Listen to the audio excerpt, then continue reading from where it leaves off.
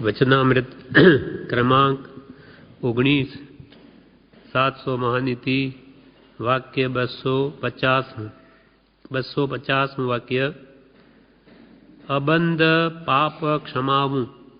परम कृपाळु देवे एम लख्યું अबंध पाप क्षमावू એટલે જે પાપોના હજુ બંધ થયા નથી તેને પણ ક્ષમાવો। એટલે ભવિષ્યમાં પણ કોઈ પ્રત્યે પાપ થાય તેની પણ પહેલાથી ક્ષમા માંગુ। અબંધ જેનો હજુ બંધ પડ્યો નથી એવા ભવિષ્યમાં થનારા પાપની પણ કૃપાળને ક્ષમા માંગુ છું। કેમ કે ક્ષમા એ આત્માનો સ્વભાવ છે। સ્વભાવમાં આવવું હોય તો ક્ષમા રાખું, કમી ખૂંદું સહન કરું। જો સહન નહીં કરું તો નવા કર્મ બંધાશે ને તેથી ચાર ગતિરૂપ સંસારમાં પરિભ્રમણ કરવું પડશે અને આત્મા સ્વભાવમાં આવશે નહીં। માટે અબંધ પાપને પણ ક્ષમાવું। એટલે અબંધ પાપ એટલે પાપનો હજુ બંધ થયો નથી પણ તેવા પાપ પણ ભવિષ્યમાં આત્માના અનુપયોગે જો થાય તો તેને પણ ખરા અંતઃકરણથી પહેલાં જ ક્ષમાવું છું। કૃપાલદેવે આ વાત વચનામૃતમાં લખી છે 5-351 પર કે અત્ર ક્ષણ પર્યંત તમ પ્રત્યે કોઈ પણ પ્રકારે પૂર્વાદિ કાળને વિશે મન વચન કાયાના યોગથી જે અપરાધાદિ કંઈ થયું હોય તે સર્વ અત્યંત આત્મભાવથી વિસ્મરણ કરી ક્ષમા ઈચ્છું છું। વળી હવે પછીના કોઈ પણ કાળને વિશે તમ પ્રત્યે તે પ્રકાર થવો અસંભવિત જાણું છું। તેમ છતાં પણ કોઈક અનુપયોગે દેહ પર્યંતને વિશે તે પ્રકાર ક્વચિત થાય તો તે વિશે પણ અત્ર અત્યંત નમ્ર પરિણામે ક્ષમા ઈચ્છું છું। અને તે ક્ષમા રૂપ ભાવ આ પત્રને વિચારતા વારંવાર ચિંતવી તમે પણ તે સર્વ પ્રકાર અમ પ્રત્યેના પૂર્વકાળના વિસ્મરણ કરવાને યોગ્ય છો। કૃપાલદેવે લખ્યું અત્ર ક્ષણ પર્યંત આ ક્ષણ જ્યારે લખું છું તે ક્ષણ પર્યંત તમારા પ્રત્યે કોઈ પણ પૂર્વાદિકાળ પૂર્વે જેટલો કાળ વ્યતીત થયો એમાં કોઈ મારા મનથી વચનથી કાયાના યોગથી જે કંઈ અપરાધ થયો હોય તો તેને હું અત્યંત આત્મભાવથી ખરા અંતઃકરણથી તે પાપને ભૂલી જઈ વિસ્મરણ કરીને ક્ષમા ઈચ્છું છું। કંઈ પણ અપરાધ આપનો થયો હોય તો એને હું ભૂલી જવા માગું છું, એની ક્ષમા માગું છું, ઈચ્છું છું। અને હવે પછીના કોઈ પણ કાળને વિશે ભવિષ્યમાં તમ પ્રત્યે એવો પ્રકાર થવો અસંભવિત જાણું છું। છતાં થઈ જાય, છતાં પણ કોઈક અનુપયોગે ઉપયોગ રહે નહીં અને તમારા પ્રત્યે કોઈ દોષ થઈ જાય તો તે વિશે પણ અત્ર અત્યંત નમ્ર પરિણામે ક્ષમા માગું છું, ક્ષમા ઈચ્છું છું। ભવિષ્યમાં પણ કોઈ ઉપયોગ રહિતપણે કોઈ તમારો અપરાધ થઈ જાય તો તેની પણ હમણાં વર્તમાનમાં જ માફી માગી લઉં છું। મોટાભાગે તો કંઈ અપરાધ થવા નહીં દઉં, છતાં અનુપયોગે થઈ જાય તો તેની પણ ક્ષમા ઈચ્છું છું। અને તે ક્ષમારૂપ ભાવ આ પત્રને વિચારતા વારંવાર ચિંતવી તમે પણ તે સર્વ પ્રકાર અમ પ્રત્યેના પૂર્વકાળના વિસ્મરણ કરવાને યોગ્ય છો। અને તે ક્ષમારૂપ ભાવ હું ક્ષમા માગું છું। અને તમે પણ આ પત્રને વાંચી વિચારી વારંવાર ચિંતન કરી તમે પણ પૂર્વકાળમાં જે કંઈ પણ અપરાધ અમારા થયા હોય તો તેને તમે વિસ્મરણ કરવાને યોગ્ય છો। તમે પણ જો ધારો તો તમે પણ એ બધા પૂર્વકાળની અમને માફી આપી શકો છો। એટલે કૃપાલ કે ભૂતકાળમાં થયેલા અપરાધની તો માફી માગું છું પણ ભવિષ્યમાં કોઈ થઈ જાય તો એની પણ માફી માગું છું। એટલે અબંધ પાપ ક્ષમાવું, જે પાપ થયા નથી પણ ભવિષ્યમાં થાય તો તેની પણ હું માફી ઈચ્છું છું, એવો અતિ વિનમ્ર ભાવ છે। હવે બાકી છે 251 તેમાં લખે છે, ક્ષમાવવામાં માન રાખવું નહીં. ક્ષમાવવામાં માન રાખવું નહીં. કાંસમાં મુનિ સામાન્ય.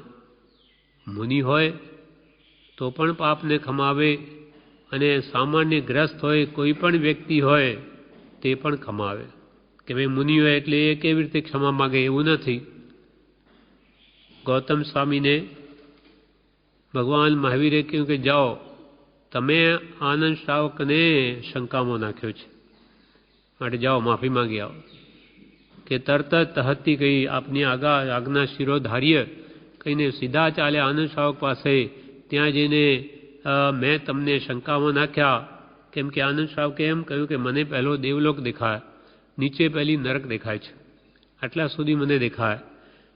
તો ગૌતમ સ્વામી કે શ્રાવકને આટલું બધું હોય નહીં, તમે શ્રાવકની ભૂમિકામાં છો, તમે પહેલો દેવલોક ક્યાં જોઈ રહ્યા છો, પહેલી નરક જોઈ રહ્યા, એટલું જ્ઞાન હોય નહીં, માટે તમે મિચ્છામી દુક્કડમ લ્યો. ત્યારે ગુરુ છે એટલે આનંદ શ્રાવક કહે કે ગુરુદેવ, અસદભૂત વચનનો મિચ્છામી દુક્કડમ કે સદભૂત વચનનો, કે મેં જૂઠ બોલ્યું હોય તો મિચ્છામી દુક્કડમ, મિથ્યામી દુષ્કર્તમ, કે સત્ય વચન હોય તો પણ, તો કે ના અસદ વચનનો. તો આનંદ શ્રાવક કે હું લેવાને યોગ્ય નથી, હું લેવાને યોગ્ય નથી. એમની ગુરુ છે, એમ નહીં કે તમે શું કહો છો, અરે હું દેખું છું ને આવા અવિવેકી શ્રાવક નથી, આપ જે કહો છો જો મિથ્યા હોય તો કે હા, તો કે હું લેવાને યોગ્ય નથી. તો આજે 4 જ્ઞાનના ધરતા છે, અવધિ મનપરે જ્ઞાન ધારે તો ઉપયોગ આપીને તરત જાણી શકે કે ખરેખર એમને દેખાય છે કે નહીં, પણ નહીં છતે ગુરુએ ઉપયોગ પણ મૂકે નહીં. મારા ગુરુ છે, ગુરુને પૂછું, તરત જ જઈને ભગવાન મહાવીર સ્વામીને પૂછે છે કે ભગવાન, આનંદ એમ કહે છે કે મને પહેલો દેવલોક દેખાય, નીચે નરક દેખાય, તો કે સત્ય વાત છે. તેને શંકામાં નાખ્યો, માટે જા માફી માંગ્યા. હવે ગણધર એટલે બધા મુનિઓના ઉપરી હેડ ઓફ ધ ડિપાર્ટમેન્ટ જેને કહીએ, તો એને કંઈક જાઓ માફી માંગો. તો કે તહતી જેવી આપને આજ્ઞા પ્રભુ. ને જઈને શ્રાવક પાસે માફી માંગે છે. ત્યારે આવો માર્ગ છે. એટલે ક્ષમાવવામાં મુનિ હોય કે ગ્રસ્ત હોય, પોતાનો અપરાધ હોય તરત જ માફી માંગી લેવી, ત્યાં પતી જાય, ત્યારે ત્યાંથી પૂરું થઈ જાય, નહીં તો પછી લાંબુ ચાલે, વેર ભવો ભવ ચાલે.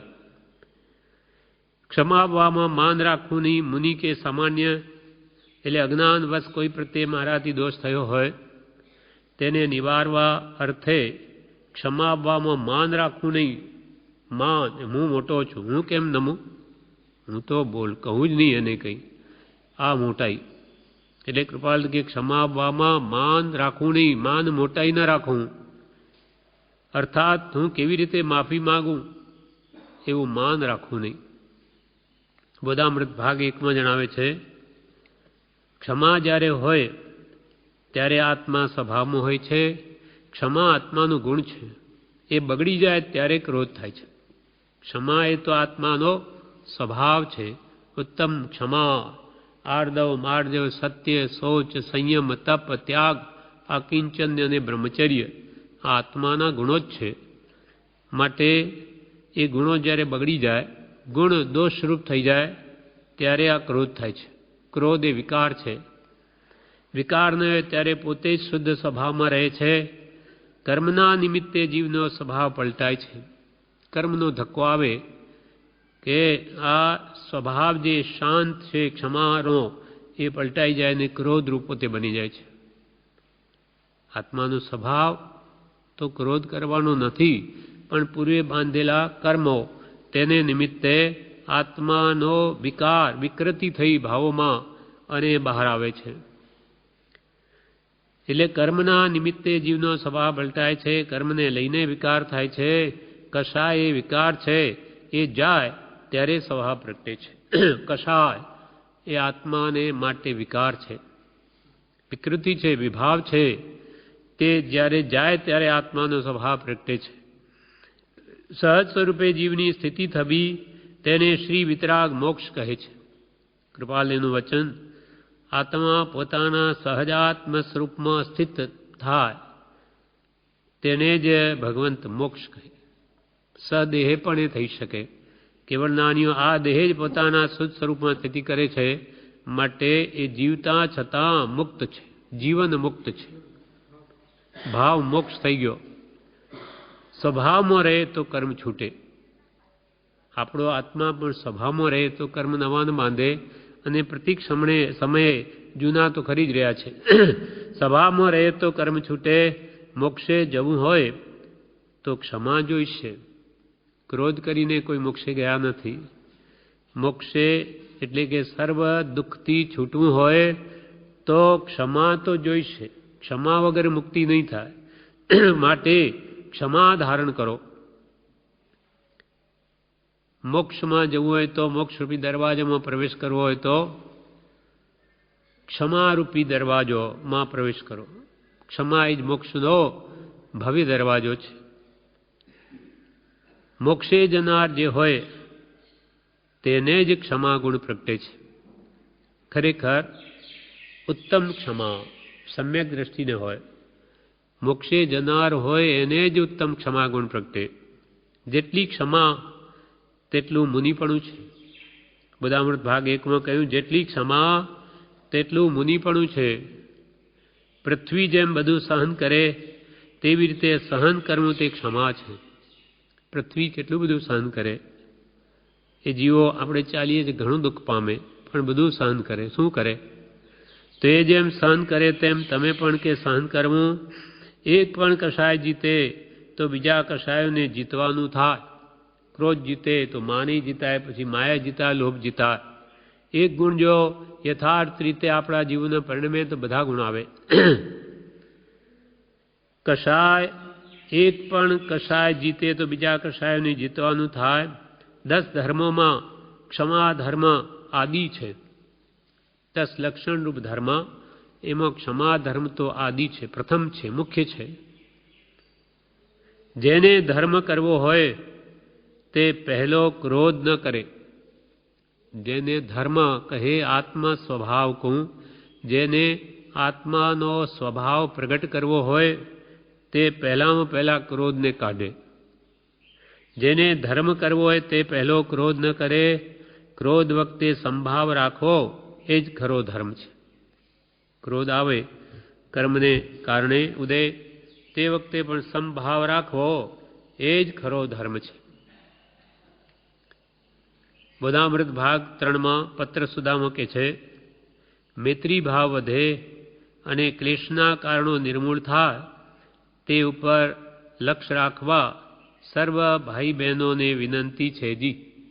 સર્વમાં પરસ્પર મૈત્રી ભાવ વધે, મિત્રતા, ક્લેશના કારણો હોય તે નિર્મૂળ થાય તે ઉપર કે બધા ભાઈ બહેનો લક્ષ્ય રાખશો. અમુક સાથે મારે તો અબોલા અણબનાવ કે વ્યવહાર પ્રત્યે જેના ઊંચા મન છે એમ હોય તે વિચારી દરેકે પોતાના આત્મિત માટે નમતું મૂકી કંઈક ઘસાઈને કે તેને પગે પડીને પાઘડી ઉતારીને પણ વૈરભાવ ન રહે તેમ પ્રજ્ઞાપૂર્વક કર્તવ્ય છે. કે મારે તો એની સાથે અબોલા છે, હું તો એની સાથે બોલવું નહીં. આવા જે ભાવો છે કે વ્યવહારમાં જેનાથી આપણું મન ઊંચું થઈ ગયું હોય તો વિચારીને પોતાના આત્મિતના કલ્યાણ માટે નમતું મૂકી પોતે ઘસાઈને પણ તેને પગે પડીને પણ પાઘડી ઉતારીને પણ વૈરભાવ ન રહે તેમ પ્રજ્ઞાપૂર્વક કર્તવ્ય છે. માત્ર ઉપરથી દેખાવ કરવા નહીં, પણ સાચા દિલથી બીજાના દોષ માફ કરીને તથા પોતાના દોષની ક્ષમા માંગીને આ પર્વને સફળ કરવા યોગ્ય છે જી. પર્યુષણ પર્વ એ ક્ષમણી પર્વ છે.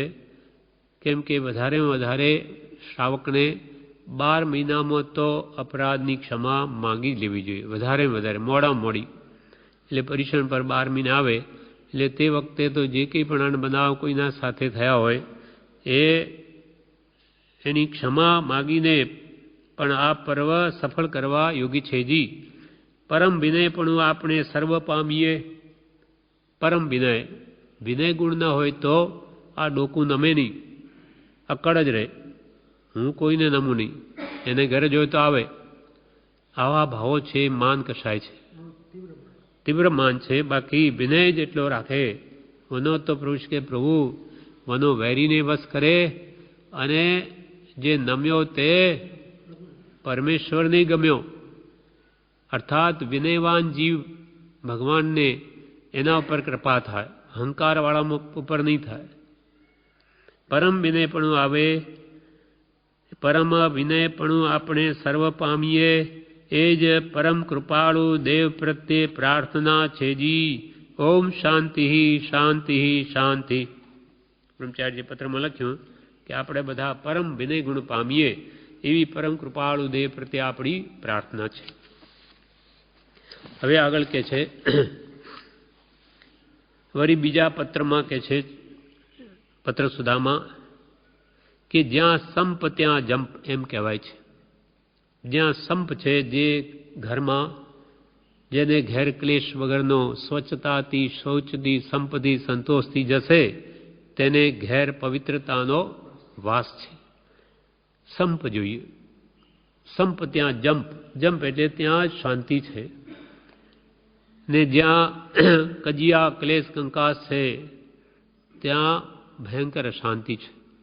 માણસ વેપારથી કે આ બીજી વેપારની કડાકૂટ થાકીને ઘરમાં જાય, ત્યાંય જો આવું કજિયા કંકાસ જેવું જ વાતાવરણ હોય તો એ શાંતિ ક્યાં પામે? જ્યાં સંપ ત્યાં જંપ એમ કહેવાય છે. તો આ પરીક્ષણ પર્વ આવીને ગયા, પણ કશાયને પ્રમાદને કારણે બધા એકત્ર નહીં થઈ શક્યા. ધામણના મુમુક્ષો ઉપર આ પત્ર છે. પહેલાં કહેલું કે તમે બધા એક ક્યારે થાવ એની રાહ જોઉં છું, કે આ તમારામાં શાનો આ વિખવાદ પડી ગયો. તો કે જે હવે પરીક્ષણ પર્વ આવીને ગયા, પણ કશાય ભાવને લઈને કે પ્રમાદને લઈને તમે બધા એકત્ર નહીં થઈ શક્યા, તો હવે તે કારણો દૂર કરી ભક્તિનો રંગ જે પ્રતિષ્ઠા વખતે દેખાતો હતો તે સંભાળી ફરી જાગ્રત થવા ભલામણ છે જી. ધન ખર્ચવું સહેલું છે, પણ માન મૂકી અણબનાવ ભૂલી જઈ બધા કૃપાળુ દેવના સંતાન છે એમ દ્રષ્ટિ રાખી કંઈ પોતાને વિપરીત ભાવ થઈ આવ્યો હોય તે પરસ્પર ખમાવી એક પિતાના પરિવારની પેઠે હળી મળીને ભક્તિ કરો છો. એવા તમારા પત્રની રાહ જોઉં છું. કે તમારો પ્રતિષ્ઠા વખતે બધા કેવા એક થતા અને કેવો રંગ હતો, એવી ફરી એવી જાગૃતિ તમને આવે એમ ભલામણ કરું છું.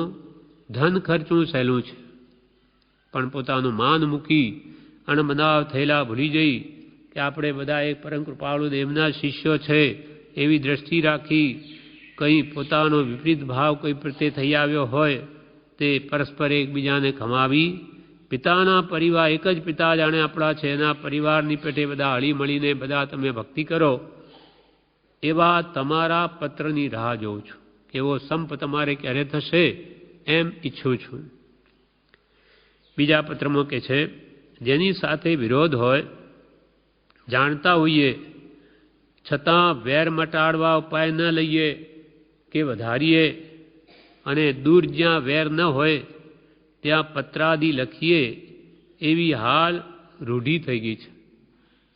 સંવત્સરીના દિવસ પછી પત્રો લખે ક્ષમાપનાના, પણ ક્યાં લખે કે જેની સાથે વેરભાવ નથી તેને લખે, અને જેને ખરેખર લખીને કમાવા છે તેને ન લખે.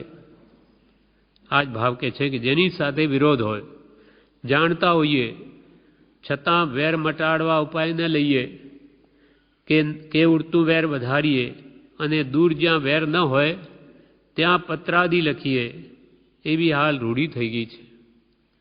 તે પલટાવી હૃદયમાં વેરભાવનું કલંક દૂર કરી સર્વ જીવો મારા મિત્રો છે. મિત્તિ મેં સબ ભુએ સુ વૈરમ મધ્યમ ન કેણી કામેમી સબ જીવે સવે જીવા કમંતુ મેં મિત્તિ મેં સબ ભુએસ. બધા ભૂએસુ સર્વભૂત પ્રાણીઓ પ્રત્યે મારે તો મિત્તિ મૈત્રી છે. વૈરમ મધ્યમ ન કેણી કોઈ પ્રત્યે વેરભાવ નથી. એવો ભાવ લાવે તે જ જન્મ મરણથી મુક્ત થઈ શકે. કેમ કે કિંચિત પણ વેર કોઈ સાથે હશે તો એ મોક્ષમાં જઈ ન શકે. શુભ કે જ્યાં આ તો શુભ ભાવ છે, શુભ ભાવનું દેણું પણ અહીંયા પતાવવું પડશે. તે શુભાશુભ છેદતા ઉપજે મોક્ષ સ્વભાવ. તો પછી આવા વેરભાવ જો હશે તો ક્યારેય પત્તો નહીં ખાય. જેની સાથે વિરોધ હોય, જાણતા હોઈએ છતાં વેર મટાડવા ઉપાય ન લઈએ કે વધારીએ, અને દૂર જ્યાં વેર ન હોય ત્યાં પત્રાદી લખીએ એવી હાલ રૂઢી થઈ ગઈ છે, તે પલટાવી હૃદયમાં વેર ભાવનું કલંક દૂર કરી સર્વ જીવો મારા મિત્રો છે, તેમણે કરેલા દોષો ભૂલી જાઉં છું, અને મેં તેમના પ્રત્યે કરેલા દોષોની ક્ષમા ઈચ્છું છું. કોઈએ મારા પ્રત્યે દોષ કરી દે હું ભૂલી જાઉં છું, અને મેં કોઈના પ્રત્યે દોષ કર્યો તો તેની ક્ષમા ઈચ્છું છું. આવું ઉદાર દિલ જ વિતરાગનો કહેલો પરમ શાંત રસમય ધર્મ પામવા યોગી છે જી. આવું હૃદય ચોખ્ખું હશે તેમાં જ આ વિતરાગનો કહેલો પરમ શાંત રસમય ધર્મ પરિણમશે. આ પત્ર વારંવાર વિચારી હૃદય કોઈ પ્રત્યે વેરભાવ ન રાખે તેટલી નમનતા, લઘુતા અને સર્વને ક્ષમાવાની યોગ્યતા લાવે, તેમજ આચરવાની હિંમત ધરી નિશ્ચલ્ય થાય તેમ કરવા વિનંતી છે જી. ઓમ શાંતિ શાંતિ શાંતિ. આ પત્ર વારંવાર વાંચી હૃદયને કૂળું કરી લઘુતા લાવી, ક્ષમાવાની યોગ્યતા લાવી અને માફી માંગવાની હિંમત રાખી નિશ્ચલ્ય થવા વિનંતી છે જી. ઓમ શાંતિ શાંતિ શાંતિ. વળી બીજા પત્રમાં લખે છે, તમારો કાગળ મળ્યો, ક્ષમાપનાના ભાવ વાંચ્યા, તે જ પ્રમાણે હું પણ આપના પ્રત્યે આ ભાવમાં કે ભવો ભાવમાં અપરાધ થયો હોય તેની ક્ષમા ઈચ્છું છું, અને આપના પ્રત્યે પણ સમભાવે ખમું છું જી. એટલે આ ભવો ભાવમાં કોઈ પણ મારો કિંચિત અપરાધ થયો તેની ક્ષમા ઈચ્છું છું, અને આપ પણ સમભાવે મને ક્ષમા આપશો જી. અને આપના પ્રત્યે પણ સમભાવે ખમું છું જી, અને આપ અમને ક્ષમા આપજો યાચું છું. સર્વ ભૂલી જવાનું છે, જગતની વિસ્મૃતિ કરવી છે, અને સતના ચરણમાં રહેવું છે. સર્વ ભૂલી જવાનું છે. જેણે વહેલી તે તૈયારી કરી તે વહેલો સુખી થશે જી. એને જેટલું વહેલું આ વેર ભાવ બધું ભૂલી જઈ અને આત્માની કમાણી જે કરશે એનો વહેલો પાર આવશે. જેણે વહેલી તે તૈયારી કરી તે વહેલો સુખી થશે જી. તે સંભાર કરશે, તે પરભાવમાં પણ વેરભાવ લઈ જશે એવો સિદ્ધાંત હોવાથી ખમી ખૂંદવું. વારંવાર સંભાળ્યા કરશે કે આણે જ મારું બગાડ્યું, આ જ મારો વેરી, એમ સંભાળ કરશે તો પરભાવ પણ એ વેરભાવ એની સાથે જશે. અને એવો સિદ્ધાંત છે કે જેની પ્રત્યે જેવા ભાવ કર્યા તે જ્યાં સુધી એ છોડી ન દે, નિવૃત્ત નહીં થાય ત્યાં સુધી એ પરભાવમાં પણ એને દુઃખ જ આપે. અર્થાત એ વેરભાવ સાથે જ આવે, રાગ કે દ્વેષ બે સાથે આવે. એવો સિદ્ધાંત હોવાથી ખમી ખૂંદવું એટલે ક્ષમા માંગવી, બધું સહન કરવું, નિર્વૈર મૈત્રી ભાવ ધારણ કરવો, અને સર્વને ખમાવી નિશ્ચલ્ય થઈ પરભવ માટે તૈયાર રહેવું એ ઉત્તમ સનાતન માર્ગ છે જી. પરભવ માટે તૈયાર રહેવું.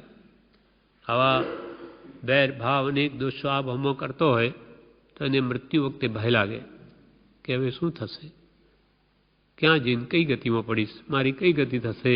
પણ અહીંયા ઉત્તમ ભાવો ભાવી ઉત્તમ જીવન જીવ્યા હોઈએ તો એને મરણ વખતે કોઈ ભય નથી, કોઈ પરભવનો કોઈ ડર નથી. તો એવું કામ જ કેમ ન કરવું કે જેથી મરણ વખતે પણ આનંદ રહે. એમ સર્વને ખમાવી નિશ્ચલ્ય થઈ પરભવ માટે તૈયાર રહેવું. મૃત્યુ આવે તો કે તૈયાર રહેવું. જો કે કહેવાથી કે મરણ આવશે નહીં અને ઘણું દુઃખ હોય તો કે મરી જાવ તો સારું, તો પણ કંઈ મરાય નહીં, એ જે થવાનું તે જ થાય. પણ પોતે આજે મરણ આવે તો પણ તૈયારી રહેવી એવી યોગ્યતા જોઈએ. એટલે કૃપાલદેવે કહ્યું, નહીં તૃષ્ણા જીવ્યાતણી મરણ યોગ નહીં ક્ષો, મહા પાત્ર તે માર્ગના પરમ યોગ જીતલો.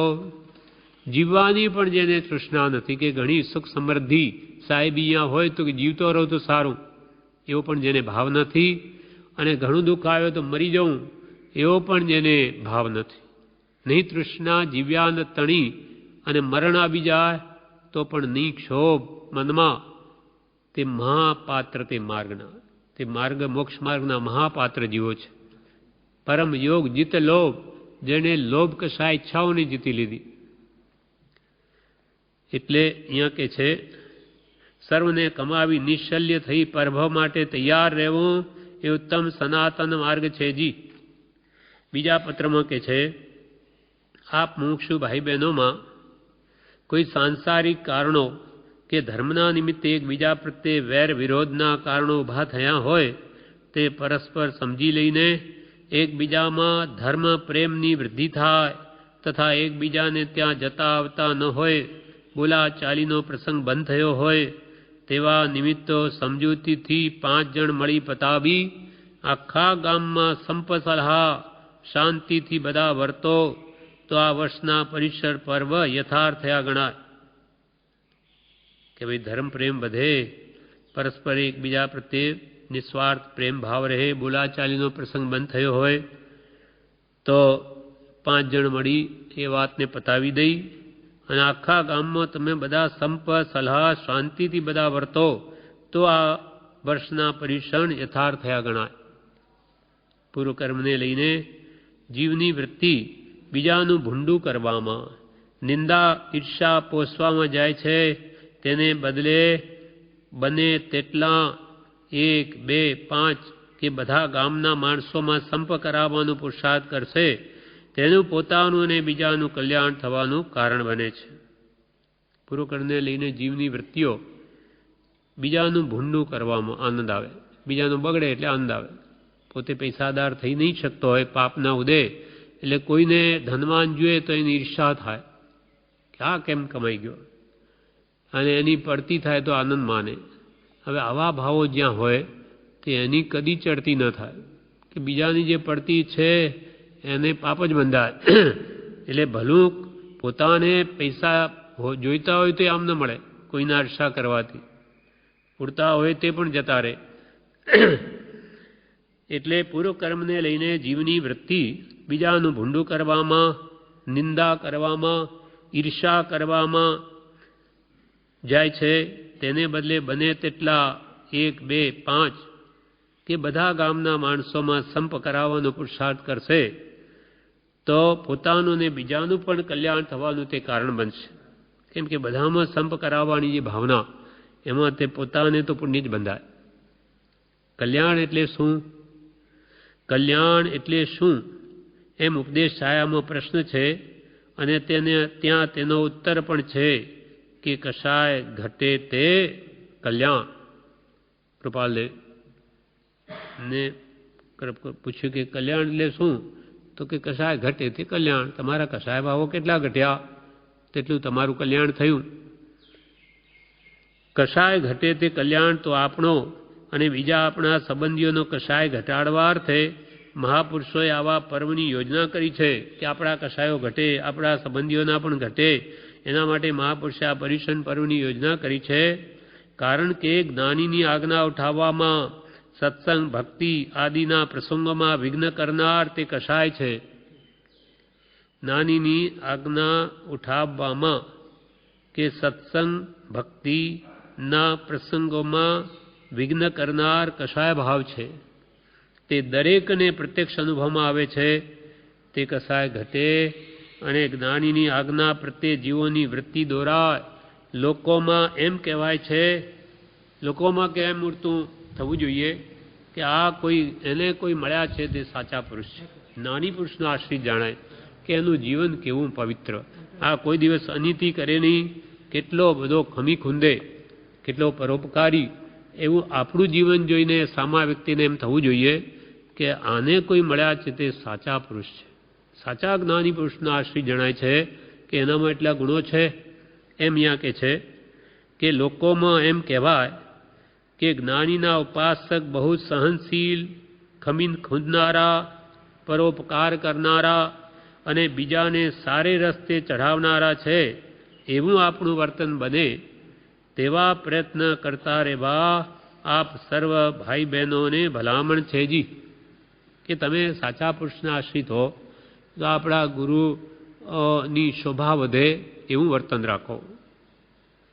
કેમ કે આપણું વર્તન જો અનીતિવાળું કે આવા ઝઘડા કજિયા ક્લેશ વેરભાવવાળા હશે કે દ્વેષવાળા તો આપણા ગુરુને કલંક લાગશે કે એના ગુરુ એવા જ હશે ત્યાં જઈને આશ્રમમાં જઈને શું આવું જ બધું શીખે ત્યારે જ્યાં આવું છે ને એવો જો કોઈ કહી દે તો આપણા નિમિત્તે કૃપાળુ દેવને કલંક લાગે. તો કે ત્યાં જઈને શું શીખો છો તમે આવું જ શીખો છો. એમ આપણું જીવન કેવું સહનશીલ ખમી ખૂનનાર પરોપકારી કે બીજાને સારે રસ્તે ચઢાવે એવું હોવું જોઈએ. એટલે આપણું વર્તન જોઈને એમને પણ લાગે કે આ સાચા માર્ગનો આરાધક છે. પર્યુષણ પર્વ નિર્વૈર થવાને અર્થે છે. વેરભાવ ભૂલી જવાને માટે પર્યુષણ છે. મુમુક્ષોમાં એકબીજા પ્રત્યે ઊંચું મન રહેતું હોય તેમણે સાચા ભાવથી સામાના દોષોને ભૂલી જઈ પોતાના દોષોની ક્ષમા જેના પ્રત્યે દોષ થયો હોય તેની યાચવી ફરી પ્રસંગ ન આવે તેવી સાવચેતી રાખવી. આમ કરે તો નવા દોષો થવાનો પ્રસંગ ઓછો થાય, માન ઘટે અને તેટલું વેર પણ મટે એવો લાભ આપનારું આ પર્વ છે પર્યુષણ પર્વ. કે સાચા અંતરના ભાવોથી આપણા પ્રત્યે કોઈ દોષ કર્યો તો ભૂલી જવું અને એને ક્ષમા આપવી અને આપણે પણ કોઈનો દોષ કર્યો તો એની ક્ષમા યાચવી અને ફરી એવો પ્રસંગ ના આવે તેના માટે સાવચેત રહેવું. આમ કરે તો નવા દોષ થવાનો પ્રસંગ ઓછો થાય અને આપણે ક્ષમા માગીએ એટલે પણ માન કશાય પણ ઘટે અને થયેલું વેર પણ મટે એવો લાભ આપનારું આ પર્યુષણ પર્વ છે. ફરી એક પત્રમાં લખે છે, સભા મંડપમાં જેની સાથે વિક્ષેપ થાય તેવો પ્રસંગ થયો હોય તેની વિનય ભાવે ક્ષમા ઈચ્છવા યોગી છે. સભા મંડપમાં જેની સાથે વિક્ષેપ થયો હોય તેવો પ્રસંગ થયો હોય તો તેની વિનય ભાવે ક્ષમા ઈચ્છવા યોગી છે અને ફરી તેવો પ્રસંગ સત્સંગમાં ન બને તેવો લક્ષ્ય રાખવા યોગી છે.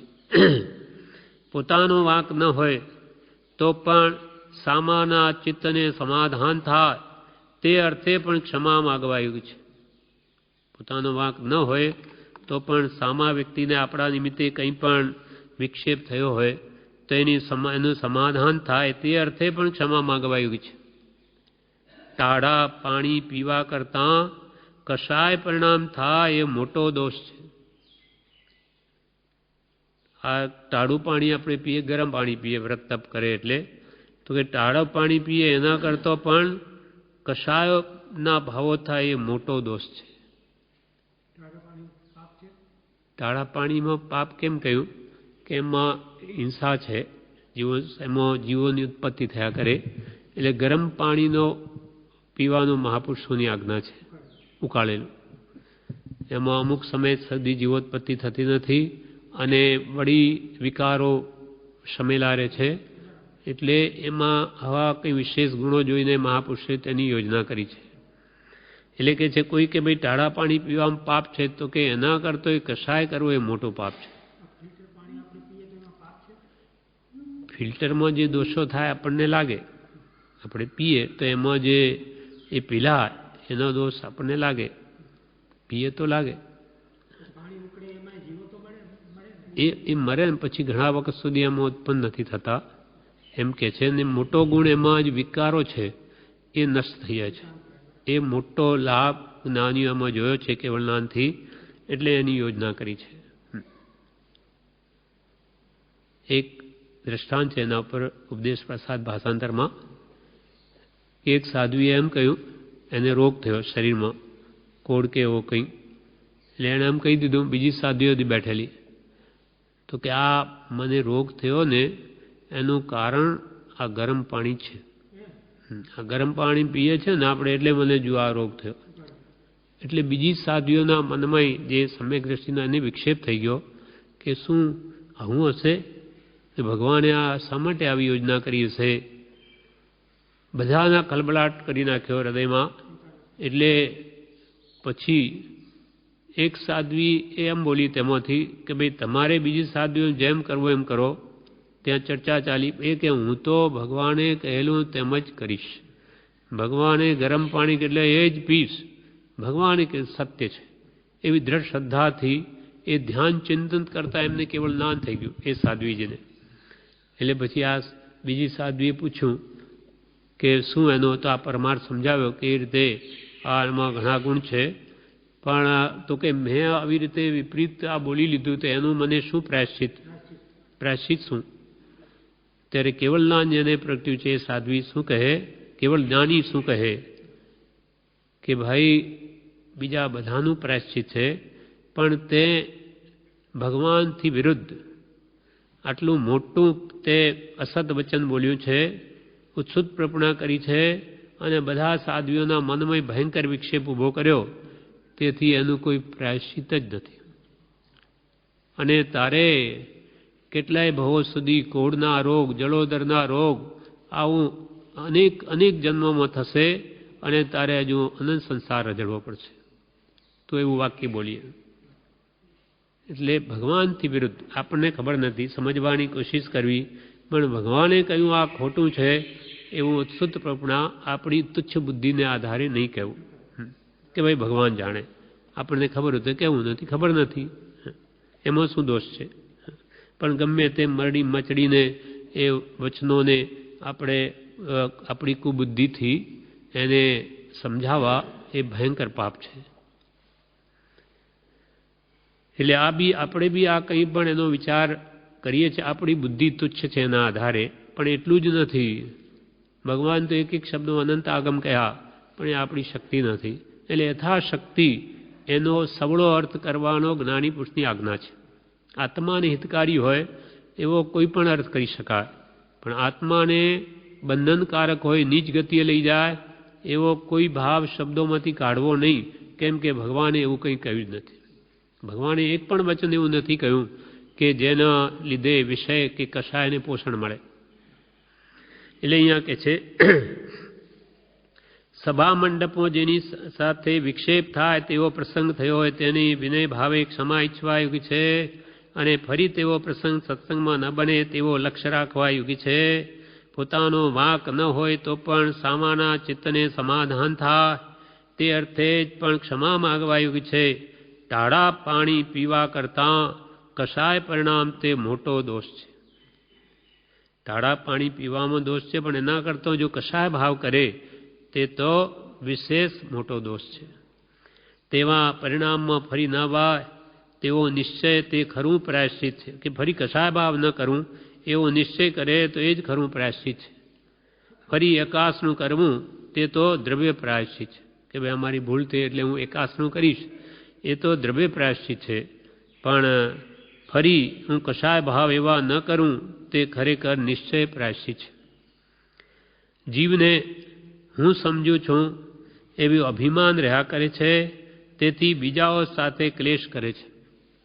પત્ર સુદામા બ્રહ્મચારી લખે છે કે જીવને એવું અભિમાન રહ્યા કરે છે કે હું સમજું છું, બીજા કંઈ જાણતા નથી, એટલે બીજાઓ સાથે ક્લેશ કરે છે. તમે બરાબર જાણતા નથી, આમ કરવું જોઈએ, તેમ કરવું જોઈએ, એ આદિ હું સમજું છું એવું જીવનું અવ્યક્ત અભિમાન છે.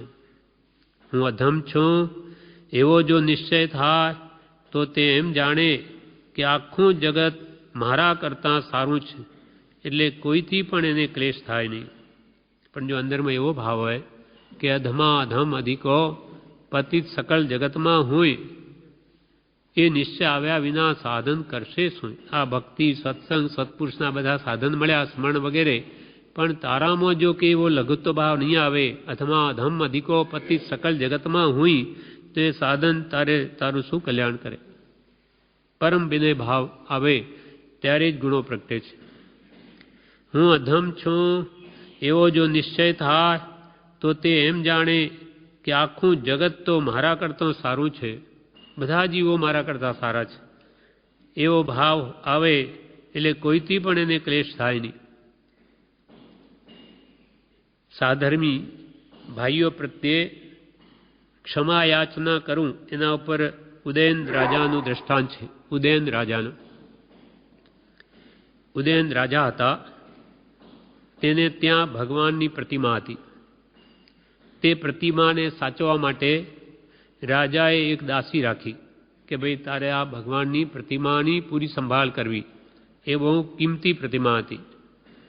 તે દાસી કુબ્જા હતી, કુરૂપવાન હતી, કુબ્જા હતી, પણ ગુટિકાના પ્રભાવથી તે બહુ સુંદર બની ગઈ. એક દિવસ ચંડ પ્રદ્યોત રાજા ત્યાં આવ્યો. તે દાસીને જોઈ તે રાજા મોહ પામ્યો અને તેને સાથે આવવા કહ્યું. દાસી ગુટિકાના પ્રયોગે કુબ્જપણું જોઈને સુંદર આકૃતિ થઈ ગઈ. રાજા તેના પર મોહ પામ્યો એટલે દાસીને કહ્યું તું મારી સાથે ચાલ. પણ તેણીએ કહ્યું કે ભગવાનની પ્રતિમા લો તો જ હું આવું, નહીં તો નહીં.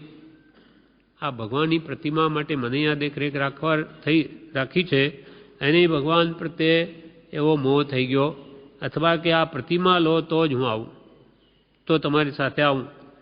તેથી રાજા ચંડ પ્રદ્યોત ભગવાનની પ્રતિમા તથા દાસી બંનેને લઈ ગયો, ચોરીને.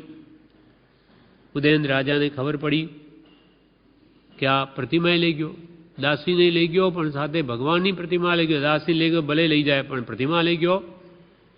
એટલે તેની સાથે યુદ્ધ કરી ચંડ પ્રદ્યોત રાજાને પકડી લાવ્યો. યુદ્ધ કરીને પકડ્યો પાછો રાજાને, અને તેના કપાલમાં દાસી પતિ એવો પટ્ટો કરીને ચોંટાડ્યો. આખો પટ્ટો કરીને એના કપાળમાં ચોંટાડ્યો કે આ દાસી પતિ છે, મારી દાસી એનો આ પતિ છે. એ રાજાને ઉપર એમ ચોંટાડ્યું.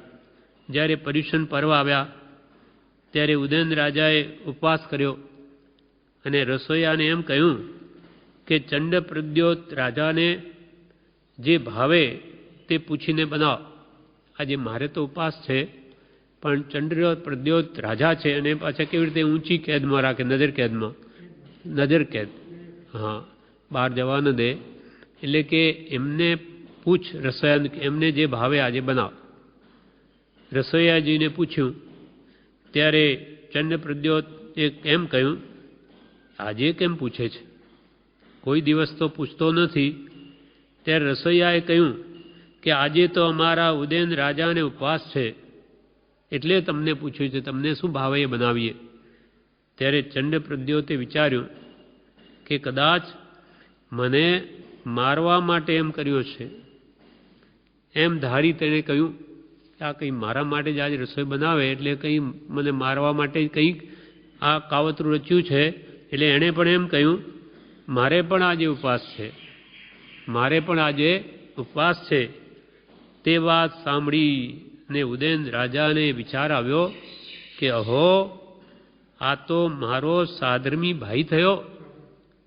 એને પણ આજે ઉપવાસ છે, ત્યારે તો આ ઉપવાસ કરે, આપણો સાધર્મી ભાઈ છે, એને કેવી રીતે કેદમાં મુકાય. આ તો મારો સાધર્મી ભાઈ થયો. તેથી તેને કેદમાંથી મુક્ત કરાવ્યો અને પોતે પણ માન મૂકી તેની ક્ષમા માગવા.